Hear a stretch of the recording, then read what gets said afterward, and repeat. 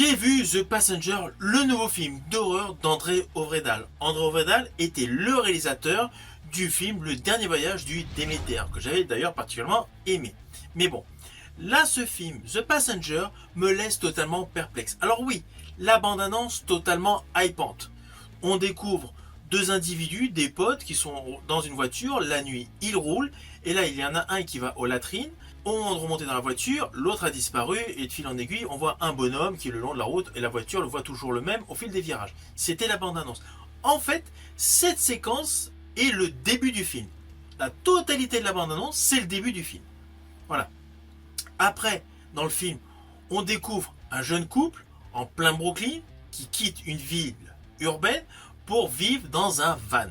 Et là donc, ils roulent et se retrouvent la nuit justement en contact avec la fameuse voiture qu'on voit dans la bande-annonce au début. Voilà. Et puis là, l'histoire donc reprend son cours.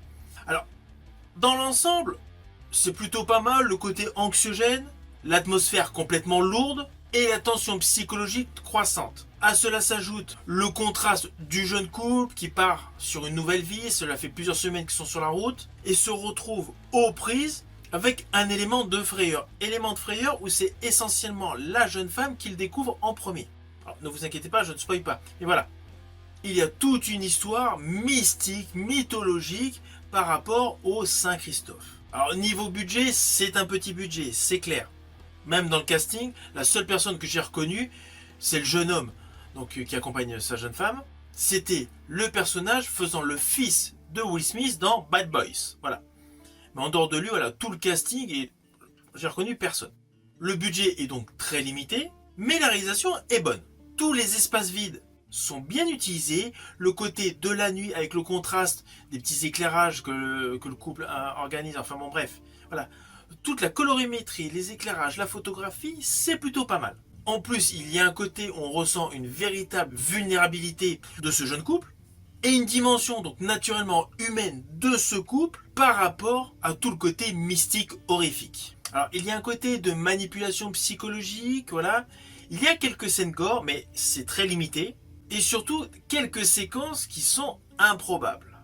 C'est un film qui a pas mal de qualité, mais en fait on finit par tourner en rond. En fait on n'avance pas vraiment dans l'histoire. Et alors le final, que dire du final?